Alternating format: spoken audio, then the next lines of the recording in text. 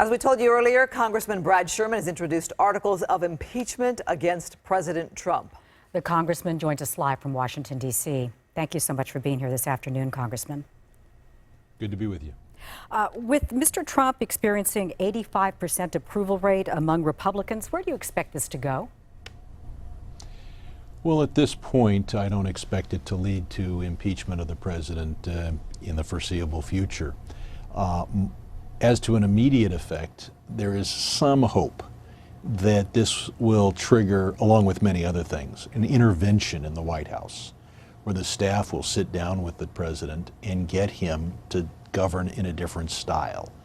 Because if he's able to provide competent governance, if he's able to stop announcing foreign policy by tweets at 4 in the morning, then, although I think the line has been crossed, I think articles of impeachment are called for, I'll never get the Republican support that it would take those articles to pass.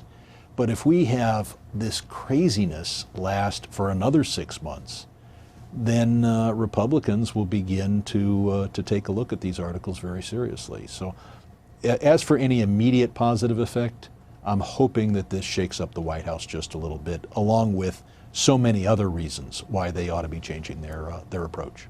Why introduce this yesterday, now today? You talked about this a month ago, so it's been in the works, but why now? As I said a month ago, I'm going to circulate draft articles of impeachment, consult with legal experts around the country, consult with my colleagues. I did that for 2 or 3 weeks, and then we had the 4th of July break. This is our first day back from that 4th of July break. I had gotten all the information I needed. It was time to file.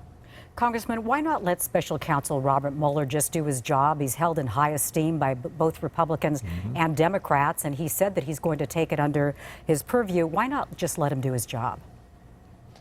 Well, the Congressional Research Service issued a report looking at the last 100 years, showing that congressional hearings, and I hope that we get Judiciary Committee hearings on these articles, although it won't be anytime soon, that they are not inconsistent with, that they don't interfere with Department of Justice investigations like Robert Mueller's. So one does not displace the other. The reason to go forward at this time is twofold. First, to try to get the White House to see the importance of competency. Second, to try to get the ball rolling. And third, because we have solid evidence, sworn testimony of James Comey, that if you compare to the criminal law of the United States, particularly Section 1512b3, you see that there's very clear and convincing evidence that obstruction of justice has occurred. Now, there may be other grounds for impeachment that the other investigations uncover, but we already have the clear and convincing evidence of obstruction of justice. But like you said, you wouldn't have the votes you need, especially with the number of Republicans in Congress, so you wouldn't have that vote. In fact, the White House called it completely ridiculous, a political game. What do you say to the critics out there? I say that anything that has any chance of getting the White House staff to do an intervention and causing a competent approach to governance is worth trying.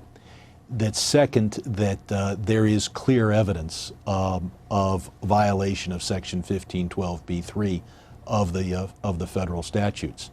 And finally, that we need to get the ball rolling.